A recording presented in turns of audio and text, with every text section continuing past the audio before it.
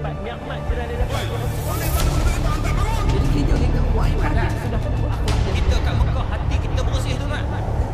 Mak-bapak kita pada tempat yang sewajarnya.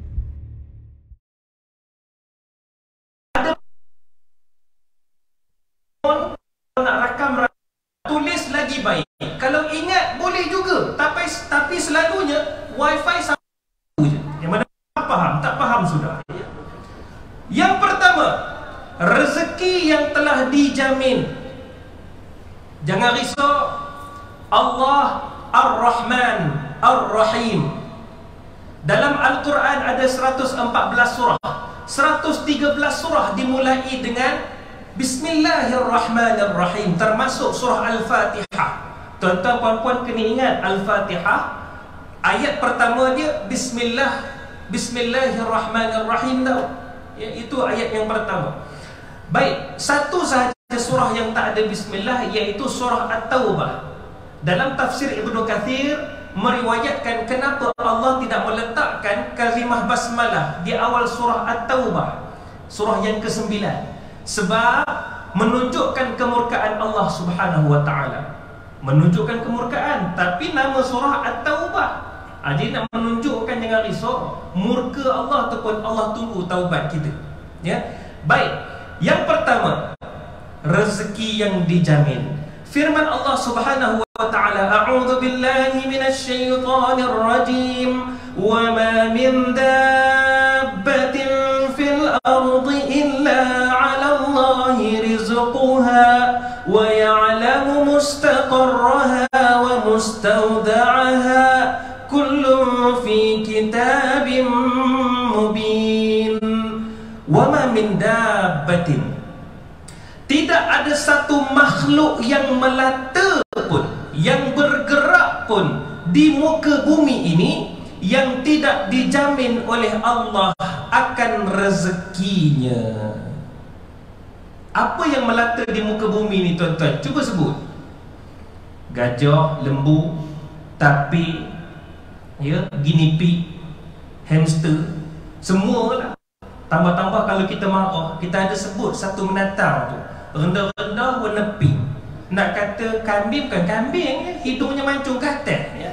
Nak ceritanya tuan-tuan, semua itu dijamin oleh Allah akan rezekinya. Allah jamin. Kita pun melata juga. Ya. Itu yang saya sebut tadi, itu time sepatutnya kat office dia melata ke restoran. Ada bukan orang sini. Ya, sekali lagi orang tempat lain. Nak ceritanya bila kita melata, itu semua rezeki Allah bagi. Tambahan pula yang melata, yang kita tak nampak dengan mata kasar. Apa dia? Jin. Jin melata, bergerak juga dia. Cuma je tak nampak lah. Kalau nampak lalu sini, saya rasa yang datang solat tadi Tok Imam dengan saya je, sebab paling awal sampai. Ya. Yang lainnya tak ada dah, nampak je lain macam je, kepala ke bawah, kaki ke atas, yang melata gitu ya. Tangan ada 3 lah. Lalu kot situ dia kata, hai brother, idok lah tuan-tuan nak datang. Nak ceritanya semua yang melata tu, siapa yang jaga rezekinya, yang jamin rezekinya? Allah. Sebab itu tuan-tuan puan-puan, ini pesanan untuk diri saya. Jangan kita sebut pada seseorang, even anak kita, terkeluar bahasa orang Perak, even ya, walaupun pada anak kita, jangan kita sebut, mak tengok kamu ni tak ada rezeki masa depan, tak ada masa depan tengok muka kamu pun macam. Sebenarnya kita menafikan satu sifat Allah. Allah menjamin rezeki hamba-hambanya. Allah, jangan lagi tu. Jangan kita kutuk anak, jangan marah macam mana ya, jangan. Sebab Allah menjamin rezeki. Nak cakap tak ada rezeki boleh, kan kita selalu sebut, nampak gaya tak ada rezeki lah ustaz. Bolehkah kita sebut tak ada rezeki? Tak ada rezeki ni istilah satu sahaja buat mereka yang tak lama lagi ji'un. Faham ji'un? Inna lillahi wa inna ilaihi raji'un. Itu sebab dalil sahih, apabila anak Adam mati, datang malaikat Mikail. Malaikat Mikail kerjanya apa? Bukan kerja tugas. Masih bila pula kerja, slip gaji ni mana dah, bukan gitu. Nak ceritanya, bila malaikat Mikail datang kepada seorang anak Adam, dia akan bagi tahu. Tuan-tuan boleh buka banyak kitab yang meriwayatkan tentang ini. Antaranya kitab Allahumma salli ala sayyidina Muhammad Sakaratul Maut. Diceritakan juga bagaimana malaikat Mikail akan bagi tahu, wahai fulan bin fulan, ke utara aku dah pergi, ke selatan aku dah pergi, begitu juga timur dan barat.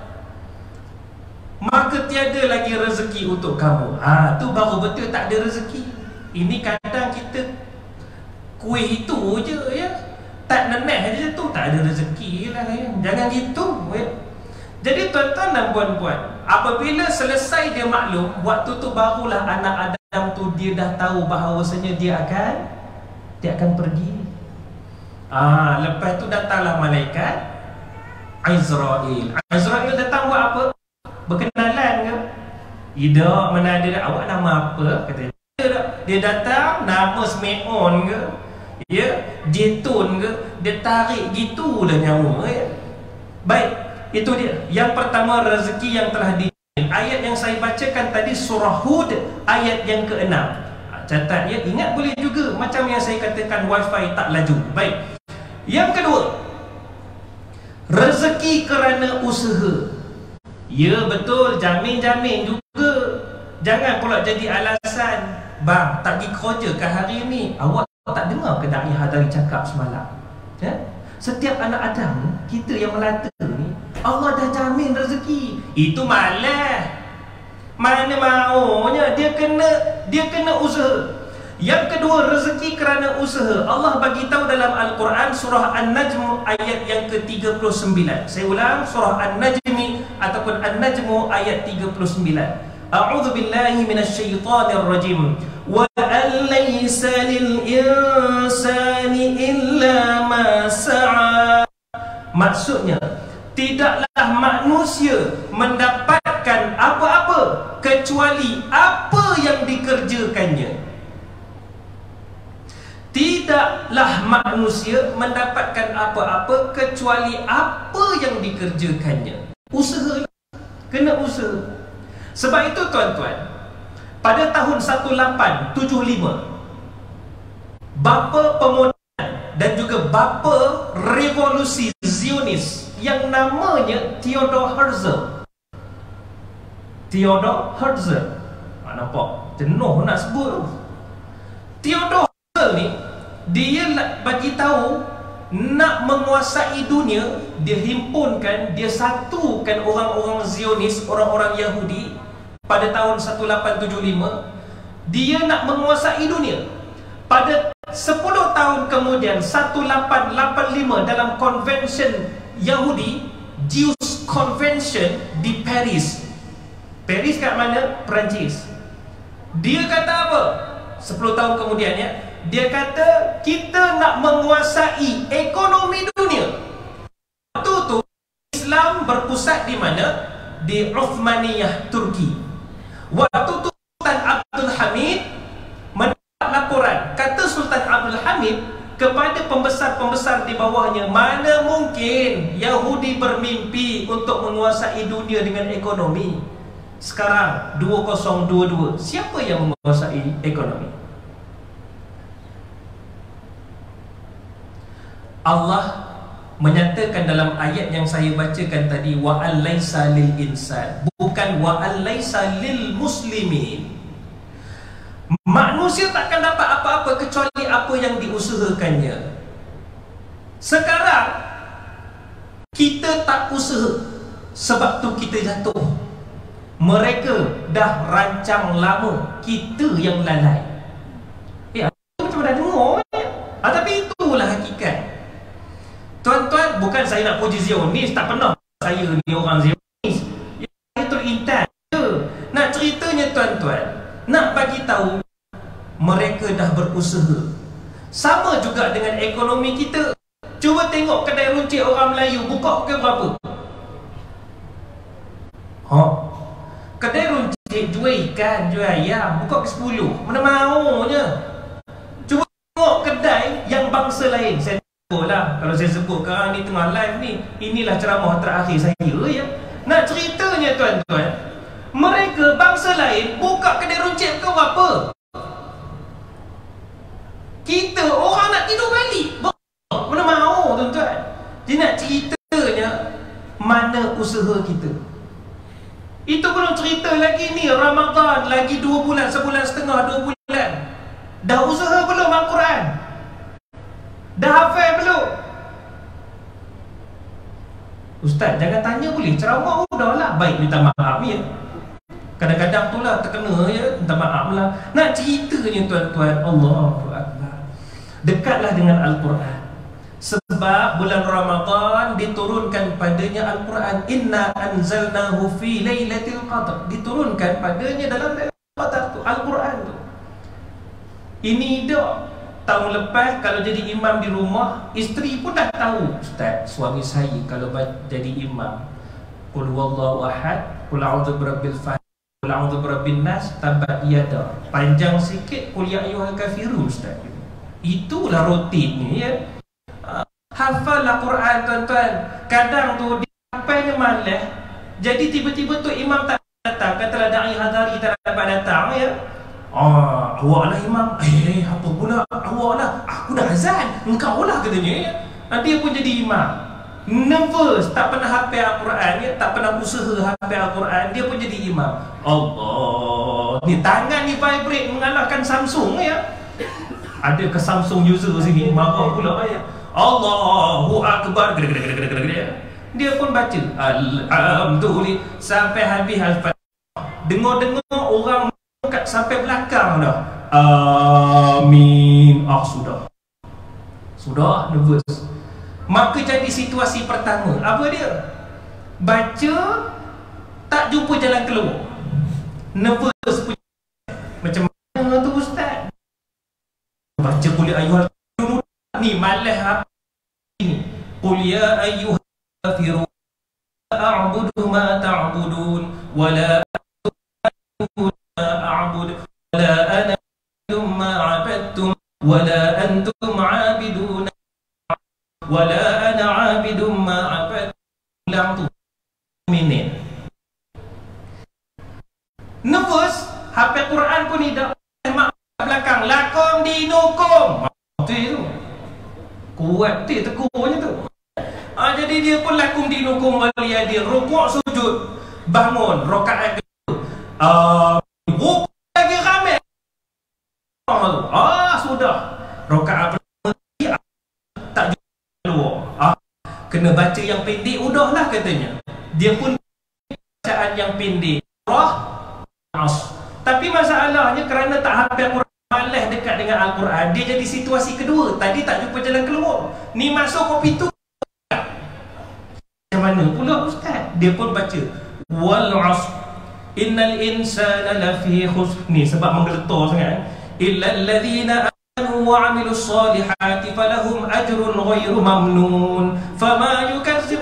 Confidence sampai makmum belakang tu suruhlah. Nak cerita tuan-tuan puan-puan, ini boleh berlaku kalau usaha pun tidak dalam bab Al-Quran. Ini kan pula dalam bab mencari rezeki. Carilah rezeki. Allah Ar-Razzaq, Allah merezekikan. Ar-Rahman Ar-Rahim, Maha Pemurah, Maha Penyayang. Laisa lil insani illa ma sa'a. Tu yang kedua. Baru poin yang kedua ni jam 8.17 dah. Macam mana ceritanya ni ya? Tapi macam mana Tuan Imam? Ya, sampai isyak aja ya. Sampai isyak aja. Tak boleh lebih. Tuan Imam marah, takut juga ni. Baik. Yang ketiga, rezeki kerana bersyukur. Syukur pun rezeki tambah. Iya. Kita ni hari-hari bersyukur. Bersyukur belum tentu hari-hari. Betul tidak? Satu persoalan mudah. Bangun tadi, kita baca tak doa bangun tidur? Aja sebut doa bangun tidur ni. Tak, salah. Nampak tu? Salah. Semangat. Doa bangun tidur baca tak tuan-tuan? Ni kalau suruh baca ni, Ustaz, jangan tanya, ceramah aja. Baik, minta maaf ya. Tuan-tuan dan puan-puan, tanda syukur kita banyak. Antaranya, ini paling mudah. Yang mana dah bernikah, di rumah tu lubuk pahala. Kita tak payah tengok kat luar ni, kat rumah tu pun lubuk pahala dah. Benda isteri, suami tu lubuk pahala tu kak oi. Suami sakit demam, kita entertain, buat gaya macam pramugari tu. Apa khabar abang? Sihat? Abang okey ke? Cuba abang betulkan tempat abang. Nampak tu? Kan seronok dia. Tak nak naik kapal terbang. Sebab apa? Isteri tu macam pakai skirt je dengan suami lah, dengan orang lain ni ya. Jadi suami dah sakit, betapa sakit pula dia. Dah sihat sakit lagi. Tuan-tuan puan-puan tu lubuk pahala. Suami keluar dengan mencari rezeki untuk anak dan isteri. Pahala, pahala, pahala. Setiap langkah, setiap kali tayar bergolek itu pahala, pahala. Tak payah ceritalah kau. Sama juga dengan isteri. Apa tujuan bekerja? Tujuannya nak bantu suami untuk hidup di kota raya ni. OPR naik lagi ni. Nak ceritanya kita niat bantu suami, pahala, pahala. Tapi bantu betul lah. Janganlah pula bila hujung bulan, tak ada, duit saya, duit awak lah. Duit awak, duit saya juga katanya. Tak boleh. Pahala, Allah Akbar. Ni masakan isteri pun pahala. Allah. Baik, jauh penuh tu buat suami isteri pula ayat. Rezeki kerana bersyukur. Tuan-tuan, kalau kita bersyukur dengan apa kita ada, Allah tambahkan rezeki. Dalilnya tuan-tuan, ayat ni kita selalu dengar. Surah Ibrahim ayat 7. A'udzu billahi minasyaitonir rajim. Wa idz ta'adzana rabbukum la in syakartum la azidannakum wa la in kafartum inna 'adzabi lasyadid. Dan ingatlah ketika Tuhanmu memaklumkan, sesungguhnya jika kamu bersyukur, nescaya Allah janji ya, nescaya akan aku tambahkan nikmat kepadamu. Tetapi nikmatku, maka pastinya azabku sangat berat. Azab ni tuan-tuan jangan ingat dekat akhirat je. Ya betul, akhirat tu dia tak ada lain dah. Kita bakar kata malaikat dia. Di dunia pun ada azabnya juga. Kerana tak bersyukur ada seorang isteri, itu yang serabut kepala, serabut ketiak, serabut dagu, serabut telinga, macam-macam serabut. Rambut elok lurus, tak ada rambut berada tu. Sebab apa? Gaduh saja. Ya, kat restoran pun gaduh. Tak, bukan cerita benar ya, cerita palsu ya. Nak ceritanya tuan-tuan dan puan-puan, macam-macam isu boleh berlaku kalau tak bersyukur. Macam tu juga tuan-tuan dan puan-puan, kalau ada kerjaan kita tak bersyukur. Tu yang gaji besar tapi tak menyimpan. Gaji besar ni tak dapat juga ni nak bersedekah. Umrah tak payah cerita, lagi berat lah. Tapi ada orang di Indonesia viral video tu, dia kerja Gojek. Tuan-tuan tahu Gojek? Sini tak ada Gojek ya? Pajak ada, Gojek tak ada. Gojek ni dia macam Grab bawa motor. Pendapatan dia berapa sangat kak oi bang oi? Dapat pergi umrah. Dapat pergi umrah. Tu bayangkan. Sebab salah satu aspek utamanya syukur. Sebab itu dapat pekerjaan. Kadang tu kita bising bang, kadang-kadang tu ni bukan tuan-tuan saya sebenarnya. Kadang kita bising. Letih nak kena pergi kerja lagi. Aduh jam lagi. Cuba tanya orang yang tak ada kerja sekarang. Kalau bagi jawatan dia nak? Oh, merangkak pergi interview. Walaupun jawatan kosong, 5 kosong. Yang datang tu 200 orang, tapi datang juga. Kita yang dah bekerja ni, I rasa panas lah kerja I. Nampak tu ya, macam-macam pula. Tak, bukan tuan-tuan puan-puan ya, orang Putrajaya okey, alhamdulillah ya.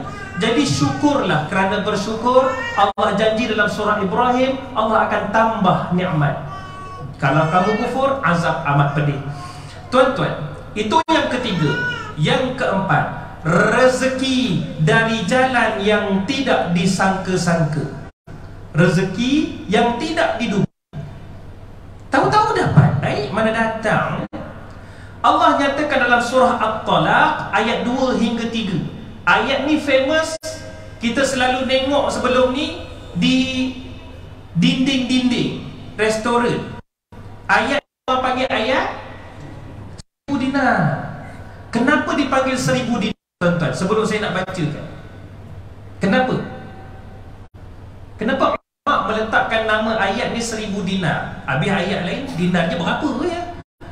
Pening juga tak? Nak ceritanya ayat ni ada maksudnya. Nak menunjukkan ayat ni mahal, very expensive.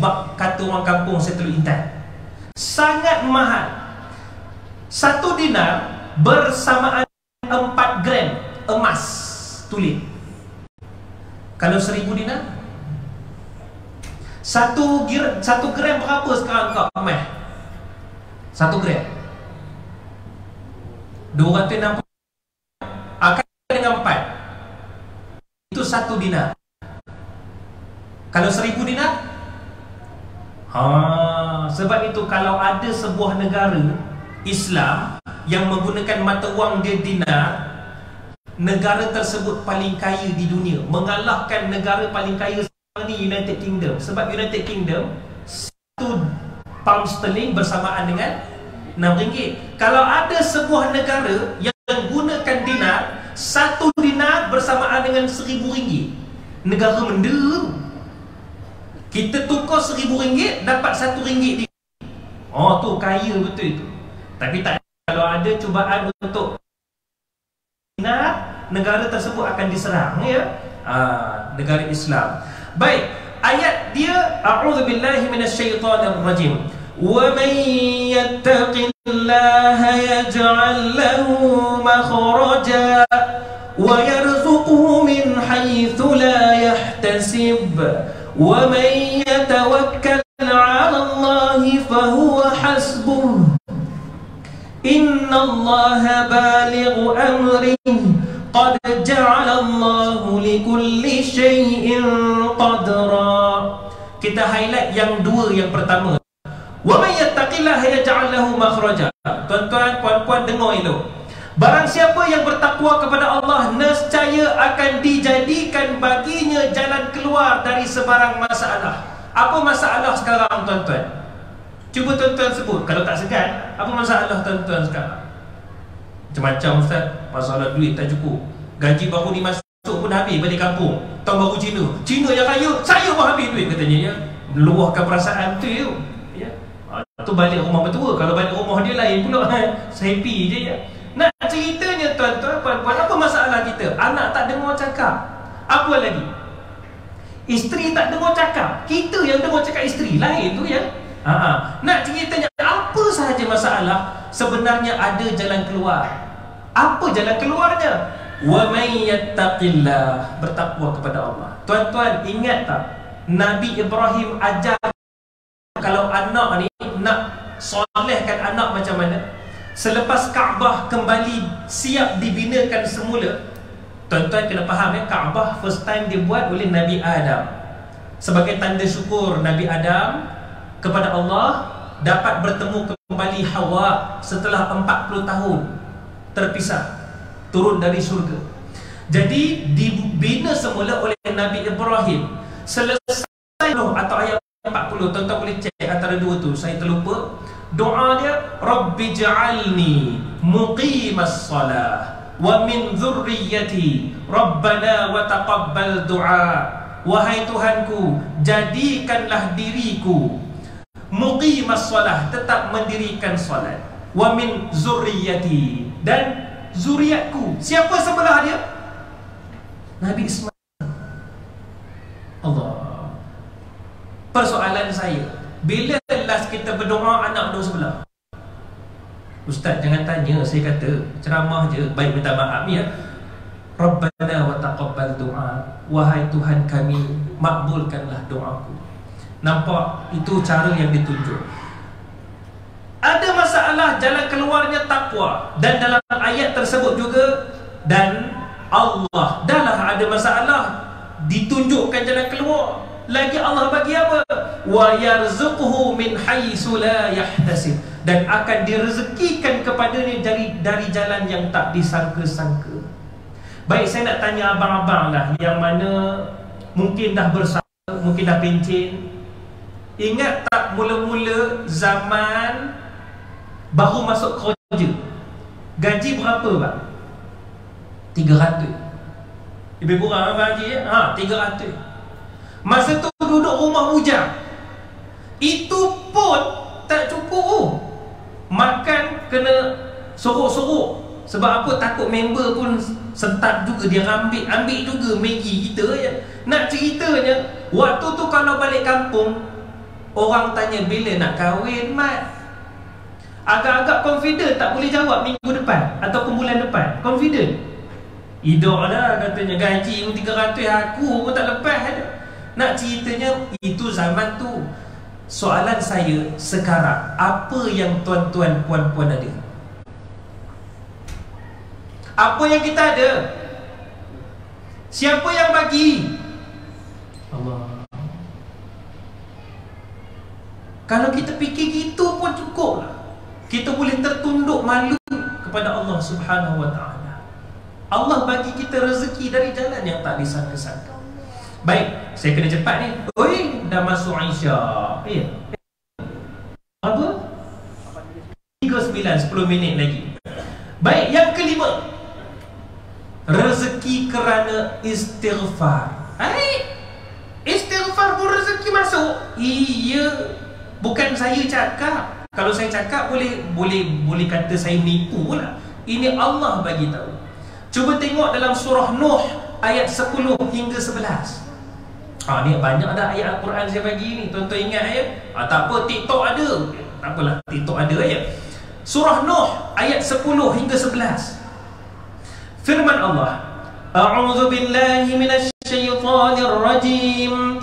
Faqultu astaghfiru rabbakum innahu kana ghaffara yursilis samaa'a 'alaikum midrara. Maksudnya, istighfarlah kepada Tuhanmu, sesungguhnya Dia Maha Pengampun. Sebesar mana pun doa kita, dosa kita, dengan keampunan Allah tahu. Allahu Akbar. Dia Maha Pengampun. Dan kata Allah, pasti ni selepas kita istighfar keampunan, pasti Dia akan kirimkan hujan kepadamu dengan lebat. Ibnu Katsir meriwayatkan berdasarkan firman Allah ini, apakah yang dimaksudkan dengan hujan yang lebat? Maksudnya rezeki mencurah-curah. Rezeki mencurah-curah. Bahkan Allah nyatakan dan memperbanyakkan baginya harta. Allahu Akbar. Istighfar aja. Tuan-tuan nak istighfar kena bayar ke? Mana ada? Kita hari tu balik kampung, tol free seronok, istighfar free, tak ada orang seronok. Tak, bukan tuan-tuan, saya dapat laporan tuan-tuan puan-puan sini seronok, alhamdulillah, selalu istighfar ya, alhamdulillah. Nak ceritanya tempat lain, bila last kita istighfar? Solat lah ustaz, tadi imam istighfar, alhamdulillah solat. Nun di luar kawan-kawan kita, kenalan kita yang tak solat, bila dia istighfar? Kadang tu bila accident tahu istighfar, astaghfirullahalazim, gitu ya. Bila kena, bila sihat lupa terus. Oh my god katanya ya. Lupa terus tuan-tuan puan ya. Tuan-tuan dan puan-puan, istighfar. Kerana Allah, apabila kita istighfar, Allah bagi pengampunan. Bukan sekadar pengampunan, Allah bagi pula kepada kita rezeki yang mencurah-curah. Allahu Akbar. Itulah sebab tu kalau kita tahu betapa Allah pemurah, Allah ya. Yang ini ramai suka. Rezeki kerana bernikah. Kalau macam tu ustaz, saya kena tambah lagi lah. Sebab kalau tambah, bertambahlah rezeki. Yang itu komen bang, minta maaf sebab saya takut nak kejap lagi ada roadblock. Yang roadblock yang tahan saya semua pakai telekom. Mana faham? Tak faham sudah.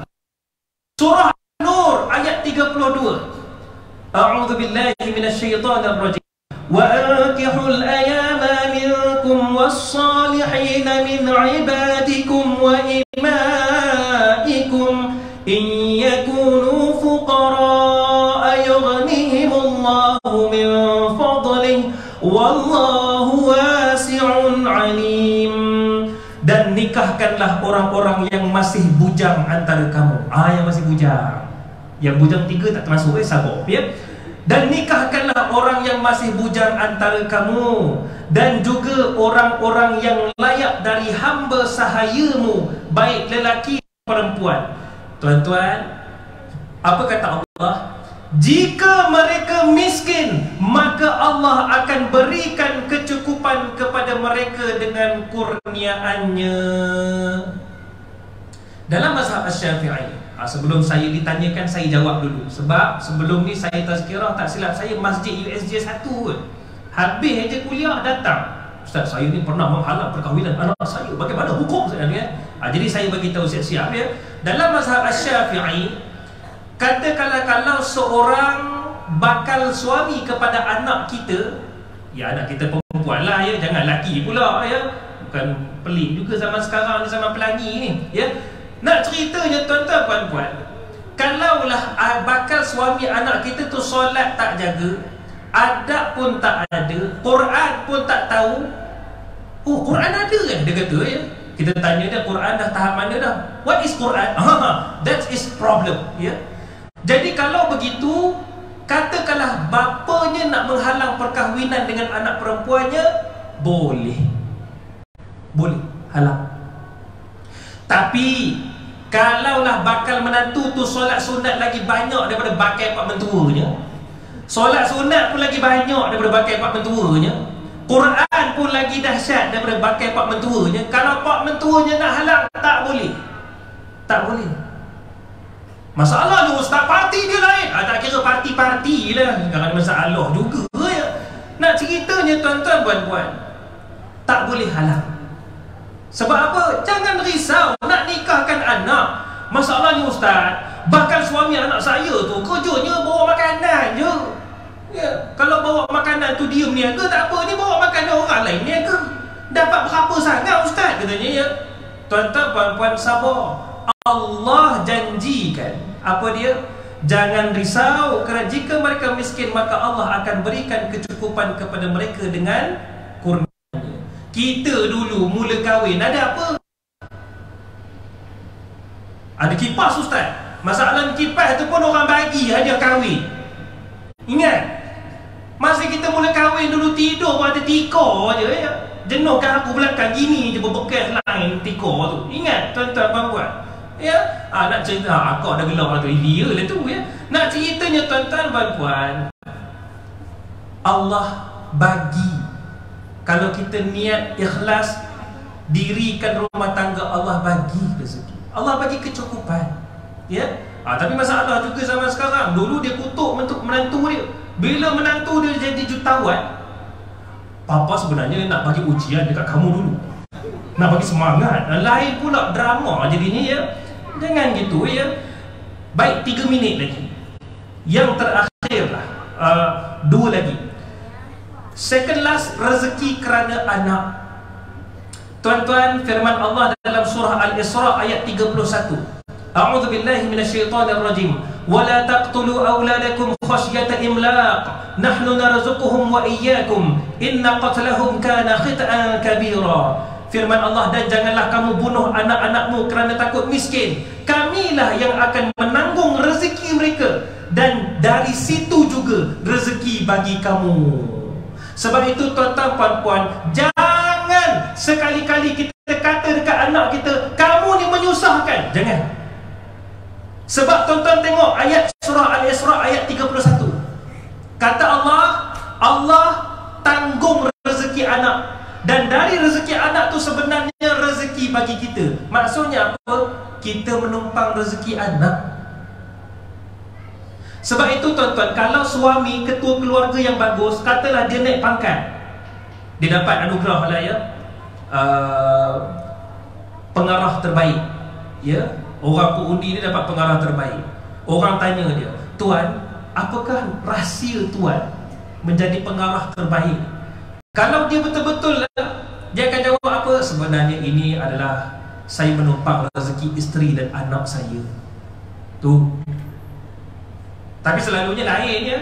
Apa rahsia tuan? Well, you know me, katanya. Well, you know me terus. Tuan ya. Tak bukan orang sini, ini tempat lain ya. Rupa-rupanya dalam surah Al-Isra ayat 31 Allah bagi tahu rezeki yang kita duk suap kat mulut kita, sebenarnya kita menumpang rezeki anak kita. Dan dari situ rezeki bagi kamu. Allahu Akbar. Dan yang terakhir, rezeki kerana sedekah. Dalam surah Al-Baqarah ayat 245. Tuan-tuan, puan-puan, kita 839. Saya sambung sikit lagi boleh? Lepas azan Isyak ya. Saya minta izin boleh? Tuan-tuan puan-puan, saya sambung lebih kurang 5 minit, lebih kurang boleh ya? Kita bagi laluan kepada azan Isyak. Falyatafaddal ma'jura.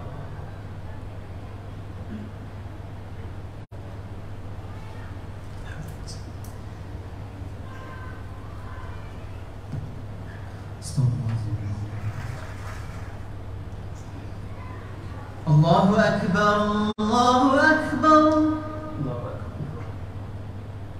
Allahu Akbar, Allahu Akbar. Ashhadu an la ilaha illallah. Ashhadu an la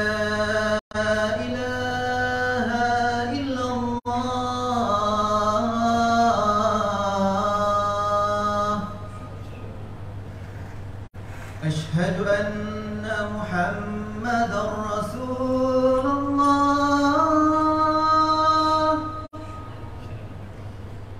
أشهد أن محمدًا رسول الله.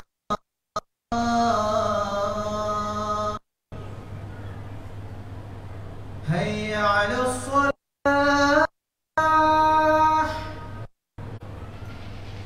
هيا على الصلاة.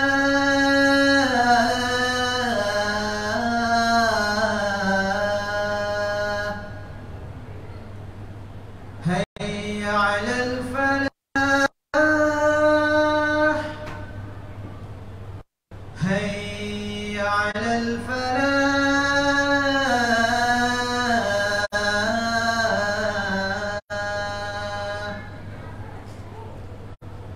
Allahu Akbar, Allahu Akbar. La ilaha illallah.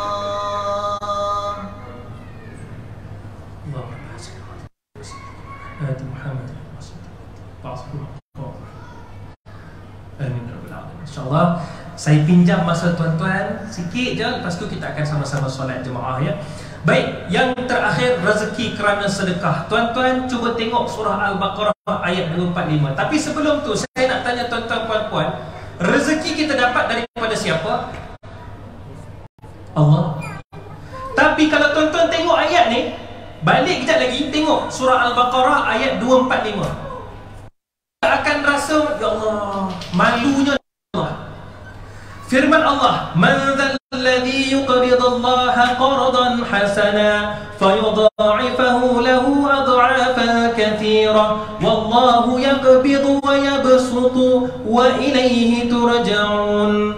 Maksud tadi rezeki kita kata daripada Allah kan? Ayat ni, siapakah yang nak bagi pinjaman kepada Allah? Iaitu pinjaman yang baik. Apakah pinjaman yang baik? Infak dan sedekah. Allah. Rezeki daripada Allah. Tapi bila kita sedekah, kita infak, wakaf, rupa-rupanya Allah kata Allah pinjam. Allah pinjam. Padahal nak pinjam benda baik Allah ambil. Itu Allah yang bagi rezeki. Allah kata Allah pinjam, maka Allah akan lipat gandakan pembayaran semula kepadanya dengan lipatan kali ganda yang banyak. Al-Baqarah ayat 245. Sebelum habis, firman Allah ni ada kena mengena dengan kisah seorang sahabat yang nama sahabat ini kita semua kenal. Selain daripada Uthman bin Affan, seorang lagi sahabat yang sangat dermawan namanya Abdul Rahman bin Auf. Satu hari di Madinah berlaku kurma busuk yang menyebabkan peniaga-peniaga kurma di Madinah menangis, sedih, down. Oh down? Kau tak down? Ya, ceritanya down. Bila down ni menyebabkan semua orang sedih, Abdul Rahman bin Auf datang. Kata Abdul Rahman, wahai peniaga-peniaga kurma, tidak mengapa, jangan kamu risau dan sedih. Aku beli semua kurma busuk kamu. Tuan-tuan, ni Ramadan nak dekat, sanggup beli kurma busuk? Apakah ni yuk katanya ya. Tapi Abdul Rahman bin Auf bantu, niat dia bantu dan bersedekah. Dia kata tak apa, aku beli semua. Seorang sahabat bisik dekat Abdul Rahman, wahai Abdul Rahman, buat apakah kamu nak beli kurma busuk ini? Sudah terang kamu tidak dapat makan, nak digunakan pun tak boleh. Sebab apa? Kurma busuk. Kata Abdul Rahman, aku serahkan semula kepada Allah. Ni ayat tadi tu, Allah pinjam. Apa berlaku? Saya cepatkanlah ya. Pendek cerita, 3 hari kemudian rumah Abdul Rahman bin Auf diketuk pintunya. Tong tong tong tong tong. Assalamualaikum Abdul Rahman, apa khabar? Dia tak cakap Perak lah, cakap Arab lah ya. Maka dia buka pintu. Alhamdulillah khair, sihat. Mengapa? Wahai Abdul Rahman, kamu kaya wahai Abdul Rahman. Tuan-tuan terbayang tengok, tuan-tuan buka pintu, tetamu datang, kamu kaya. Agak-agak apakah gila ni? Tapi ini tak, dia tak gila, ni betul.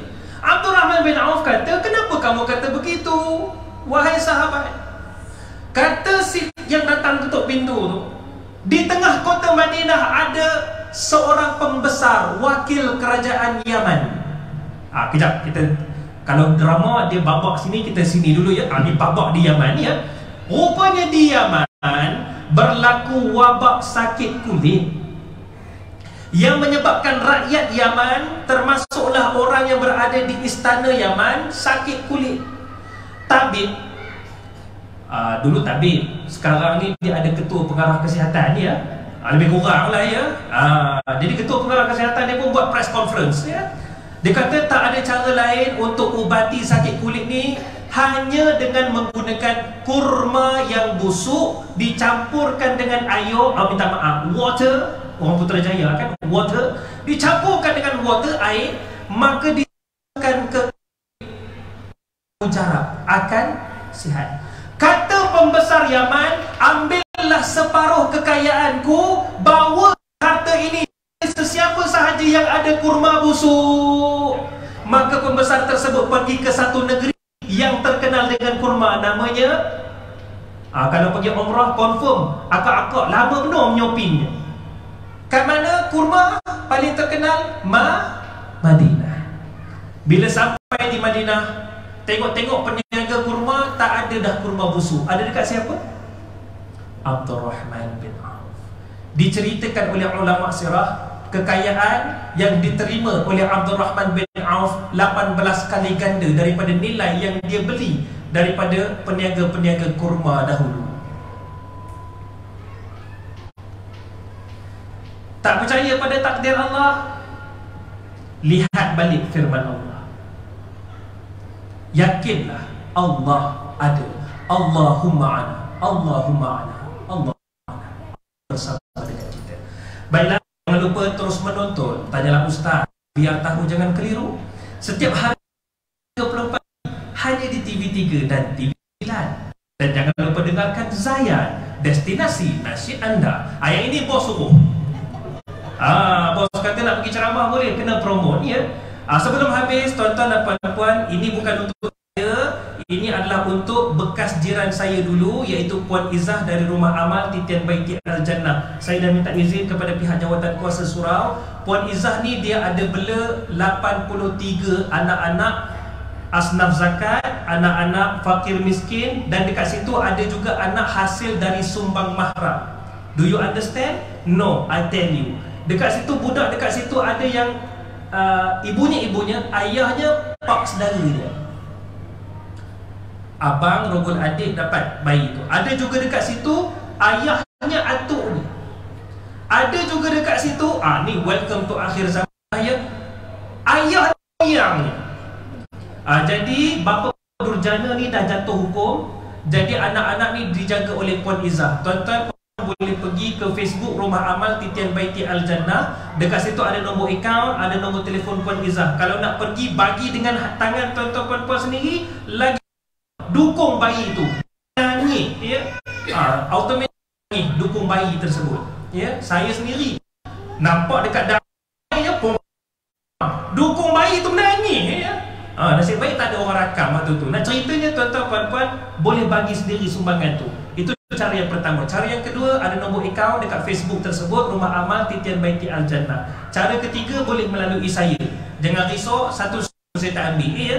Saya ada gaji puan-puan ya. Baiklah, mudah-mudahan kita akan berjumpa pada masa hadapan. Kalau sudah jemput lah ya. Siapalah kita. Ya. Gurau-gurau ya. Kalau ada salah silap saya minta maaf. Dan sebar bersama baju serabai pergi tangkap ikan you. Goodbye, I love you. Assalamualaikum warahmatullahi wabarakatuh. Alhamdulillah.